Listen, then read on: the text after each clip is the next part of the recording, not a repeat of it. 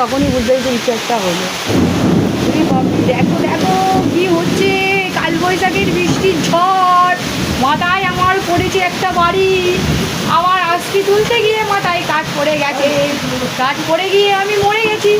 আজকে প্রচুর ঝড়ে জল হচ্ছে, সব গাছপালা পড়ে যাবে। আজকে একটা যেন আসছে, চলে গেল কাল সাহস দেখি। ও বাবা দাঁড়ায়ও নে, কি জ্বালা। ও বাবা এখানে ফোনটা সমেত বাসছে, আমি নিজেই উড়ে যাবো তোমাদের দেখাতে গিয়ে। দেখো খালি ঝড়ে সব উঠাল পাটাল করছে, আমার ফোনটা তো খুব খারাপ, খুব ভালো ফোকাস করবে না। যাই হোক, যা করছে তাই দেখো।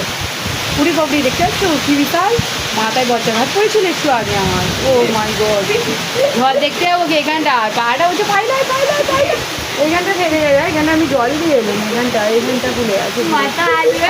কি মারলো রে, দেখলি তো, দেখ তাহলে খাওয়া দাওয়াও করিনি, কিচ্ছু নয়। কিরমভাবে দুলছে একবার দেখো, ছুটে যাবো, ওই ভয় পাচ্ছি।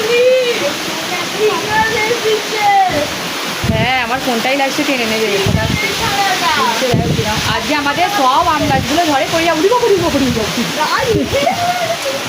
প্রচুর প্রচুর জোরে ঝড় হচ্ছে।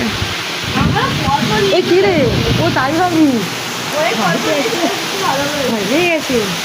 পুরো কালবৈশাখীর এইটা প্রথম কালবৈশাখী হলো না, আর একবার হয়েছিল।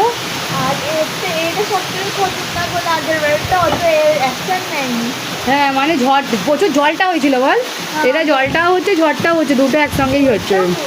আরে জলটা দরকার আছে, প্রচুর গরম তো বল, মানুষ বাঁচবে কত। একটু ঝড়টা না হলে, মানে এত ঘুমট করেছিল, দুদিন পাতা নামেনি গাছে, মানে হবেই তো।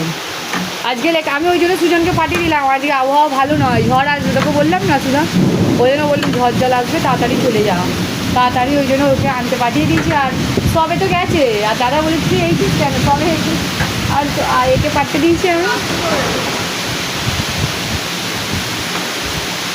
প্রচুর জোরে হচ্ছে, দেখতে পাচ্ছি যতটা পেরেছি ক্যাপচার করছি। আমার ভয় লাগছে এখন করতে,